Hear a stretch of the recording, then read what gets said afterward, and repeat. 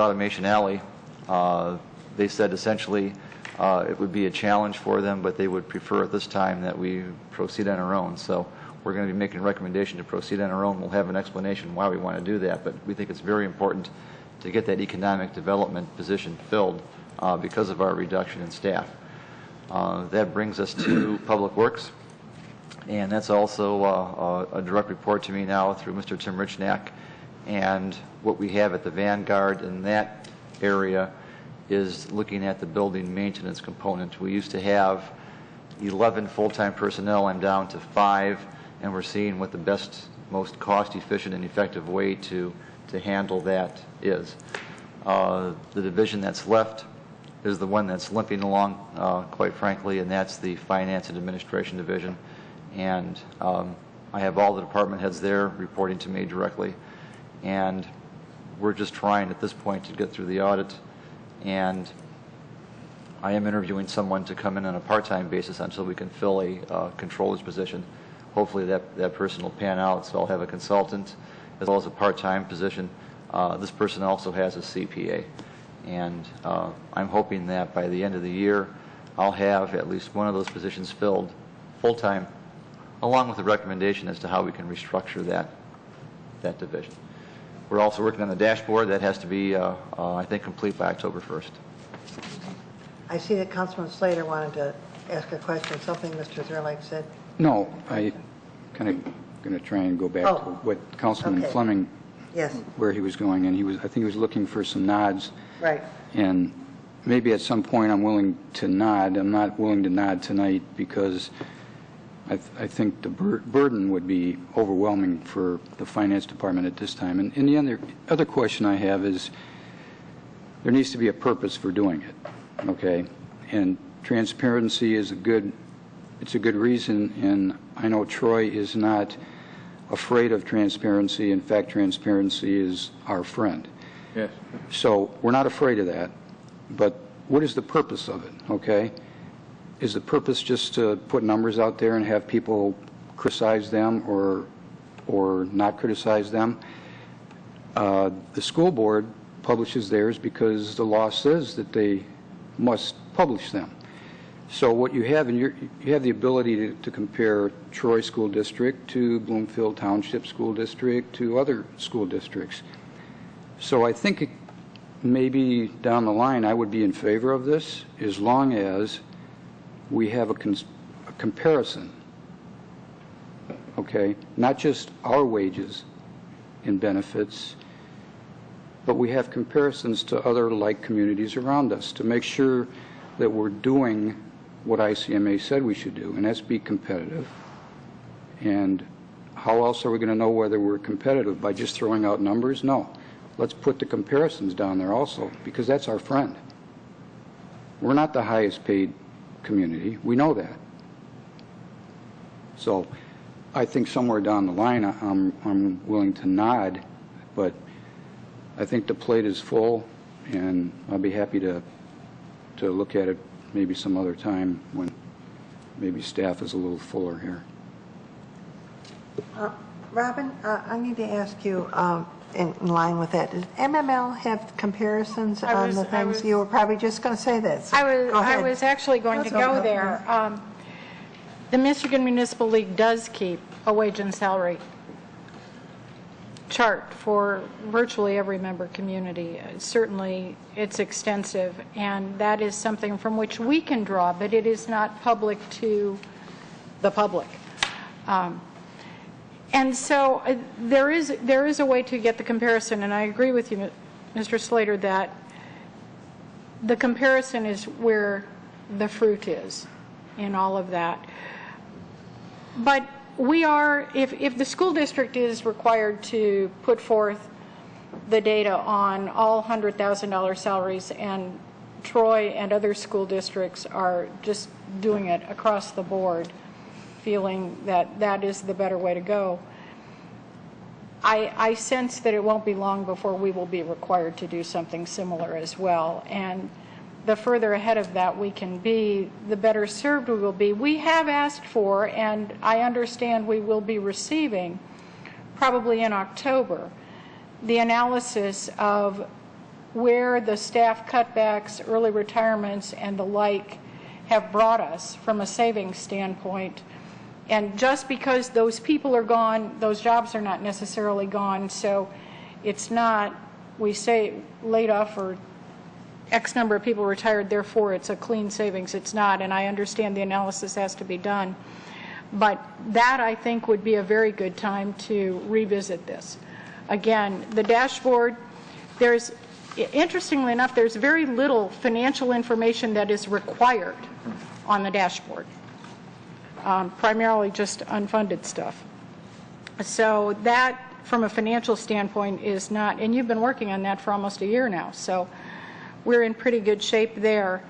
But I think that part of, as long as you're analyzing what the changes in personnel have done for us, keep this activity in the back of your mind when you do that, and see if we can bring that forward in a format that might be useful and that we could compare with other communities. Madam Mayor, Mayor Pro Tem Kerwin? I think to that end, in the future, somewhere down the line, is if MML has that, a link to MML.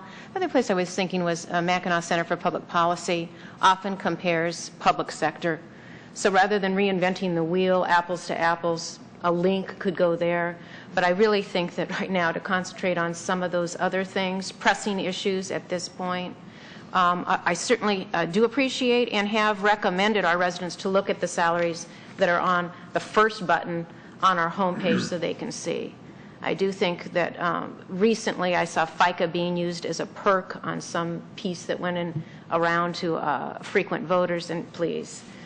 So I think that's where the confusion comes from by the time you add up some of those numbers. So one thought might be to link it to either Mackinac Center for Public Policy or MML if they have an apples to apples and one can see. I think it is, as Councilmember Fleming mentioned, ICMA and their findings are on there, and it will be up to future councils again to see what kind of lines. But again, credit much to you, Manager Zerlag, and to your team. 10% from all of our employee groups. I don't know where else that can be found. So, again. Okay. Your Honor, if I may just... Yes, Mr. Zerlag? Now, I'm going to ask Chief Mayor to correct me if I'm wrong, because I may be. But we were talking this morning, staff and I, about the ERIP program. And I think it came up that for the police department, that the closing date for officers to decide if they want to take advantage of that program, I think, is in November. Is that correct, Chief? Chief Mayor? We have 3 different groups, and at least 2 of those groups are in November, sir. Okay.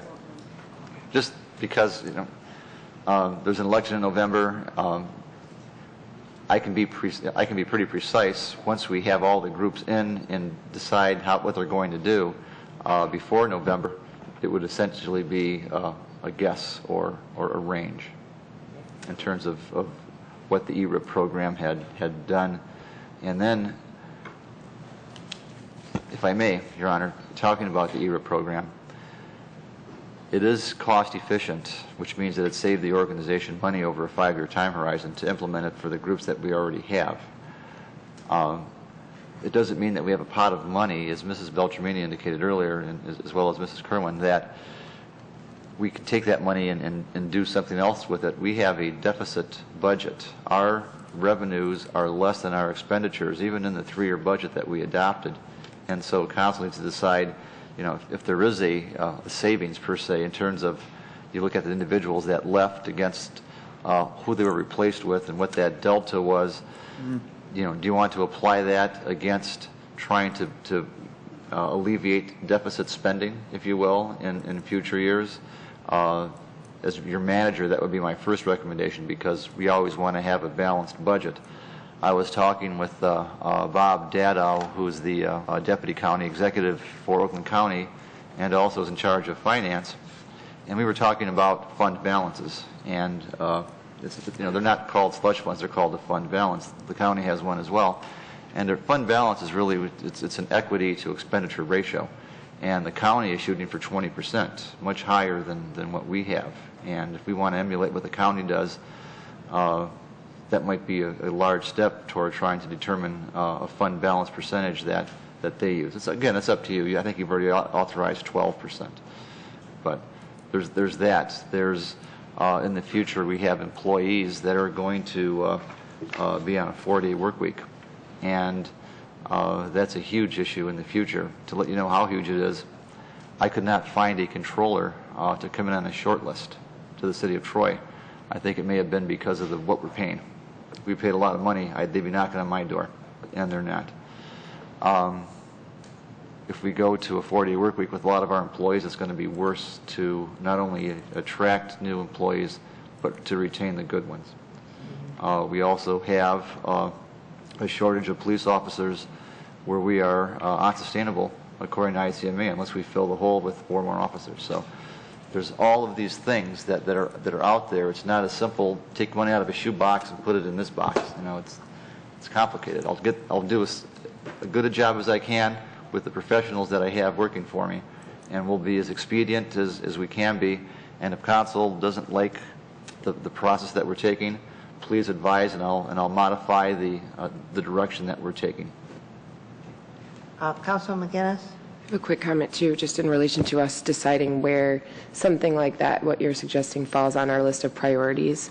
I just want to point out, too, that even if we're not able to jump into looking at that type of program and really figuring out how it would work because we have so many other things that are on our plate, I at least personally feel comfortable in the fact that part of the reason that we agreed to hire ICMA and have them come in was because we were asking a neutral, independent group that has 9,000 municipal clients or 9,000 clients to really get into all of our data, get into discussions with our employees, with our management, and determine where we fell in terms of our spectrum of salary and wages and benefits. And they gave us the breakdown of where we fell, and that was squarely in the middle. I don't think anyone was shooting to be bargain basement because we know what type of employees potentially we could get if we were at the lowest end of the totem pole. So while we're in this transition process still of figuring out, what positions will be left and what ones need to be refilled and what ones may potentially be turned into something different completely, I think that we should feel comfortable with the fact that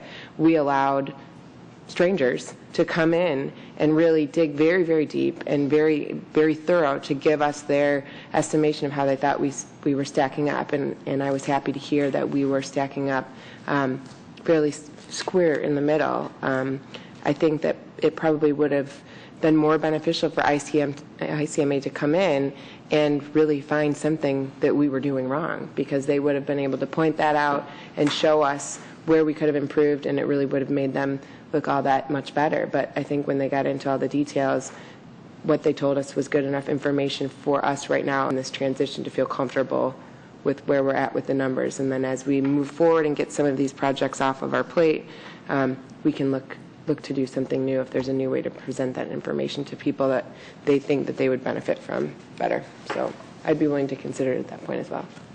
Okay. Councilman Fleming, then Councilwoman Beltrame. Okay. What I'm looking at and what the Troy School District does, I'm telling you, this information is available in any payroll accounting system. If you can do a W-2 or you can do a 1099, every bit of this information is available by employee name, by employee position, job title, whatever. Otherwise, you can't do government reporting. You can't do accounting. This is basic accounting. Troy School District and other school districts also put their check register on every month.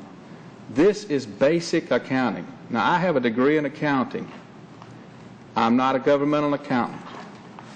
This is basic accounting. This is not something we should have to create.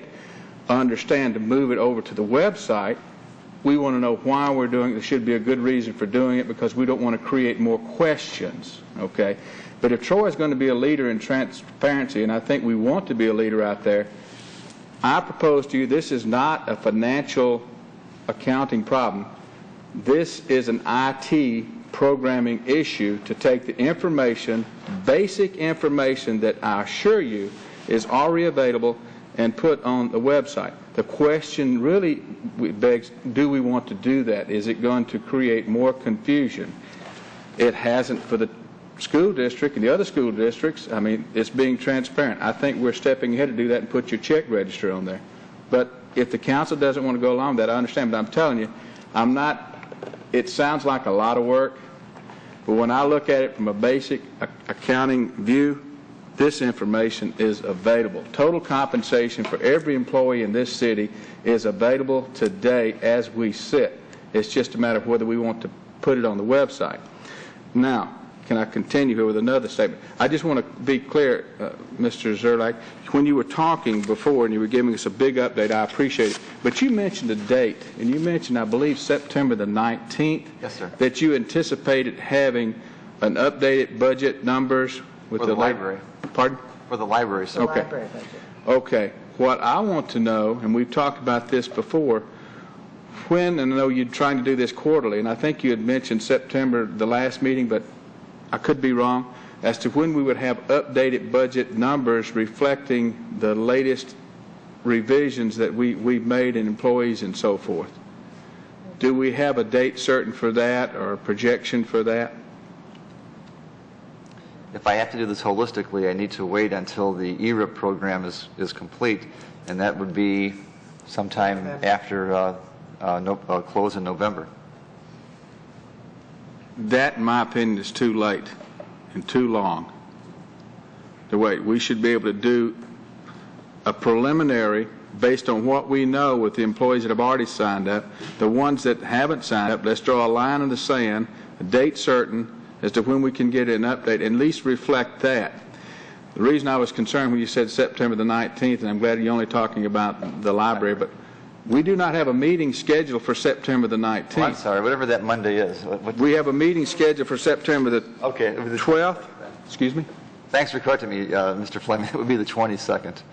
I don't, whatever The the second- 26th. 26th? Okay. 26th, and that's great because I'm out of town on the 19th, Good. and I don't want to have to reschedule that It gives motorcycle. the staff another week as well, so they'll appreciate that. I understand. So we're talking September the 26th to have an update on the library, but the question still is, when do we anticipate, when can we draw a line in the sand based on what information we have? We've got a lot now. This is a moving target, but when can we have that those updated budget numbers? Can we agree as a council to draw a line based on what we know? And I think that's Can I- contractual. If I may, we need to agree as a governing body to operationally define what an updated budget is. You adopted by resolution a 3-year budget, so I've got a budget for 3 years Yeah. that I have to administer. That gets updated with the 3rd year every time we meet. From my perspective of an updated budget, essentially, is that on a quarterly basis, I can have Tom Darling Associates let me know the general fund revenues that came in. Nino gives a little report on, or a large report, I should say, on the tax tribunals and if we were accurate or not. We normally run about a 98, 99% accuracy level on our revenues. I'm not sure how accurate we are on our expenses. And we indicate this is what happened.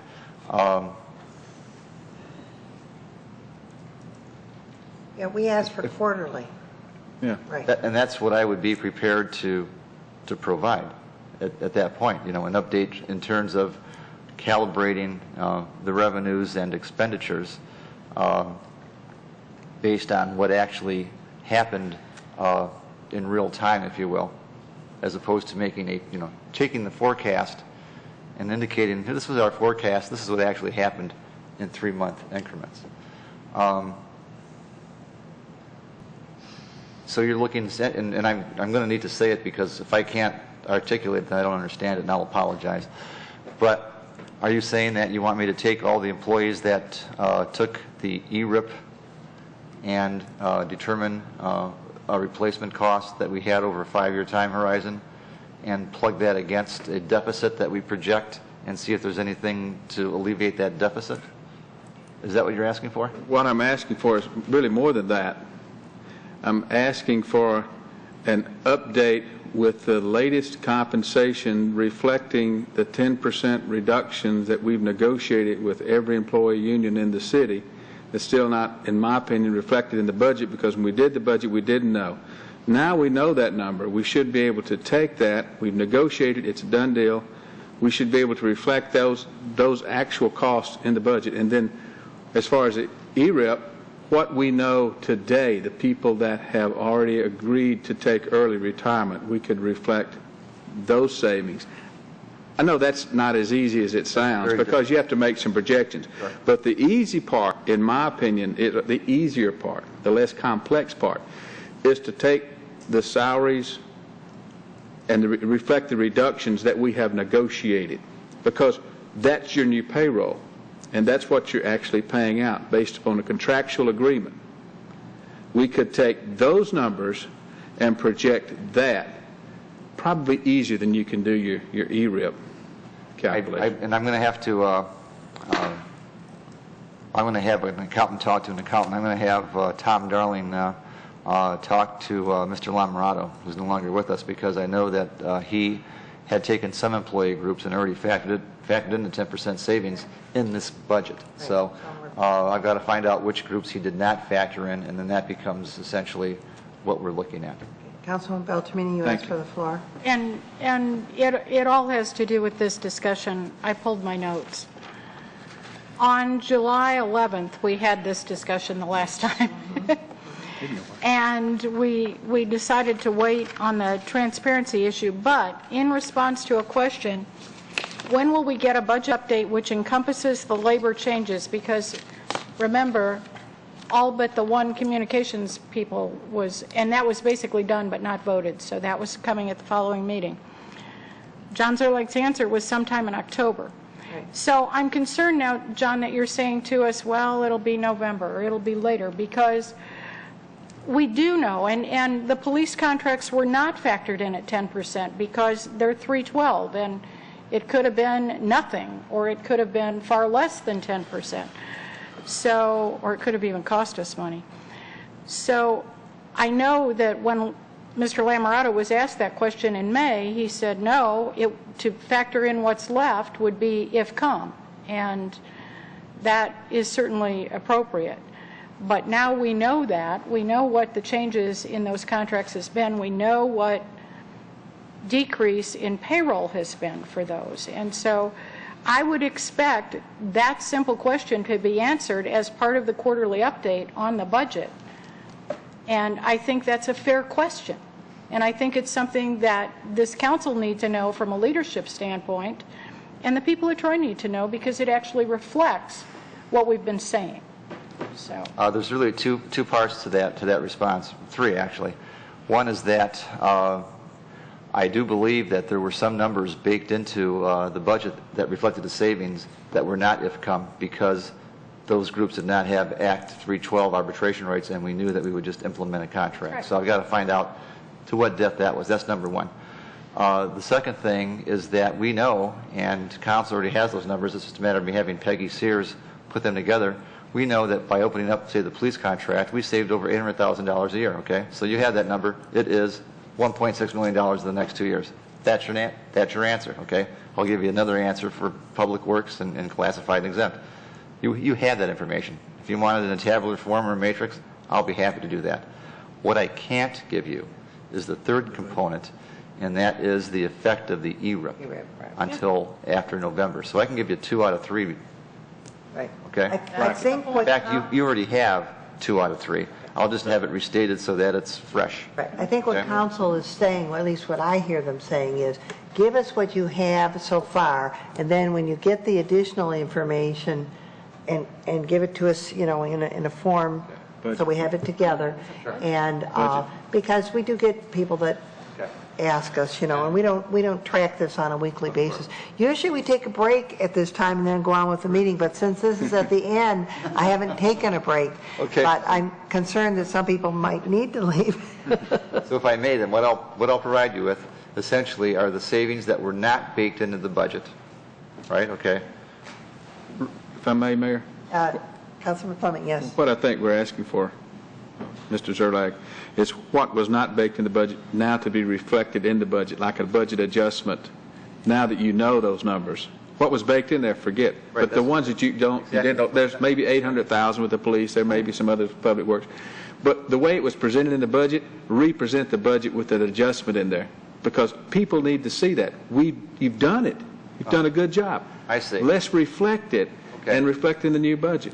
All right, so if we Put a did dollar this, figure there. It would be a higher number if we didn't do this, essentially, right? Okay. Good advice, I'll do that. So Yeah. what was not baked in the budget, what was baked in the budget, Right.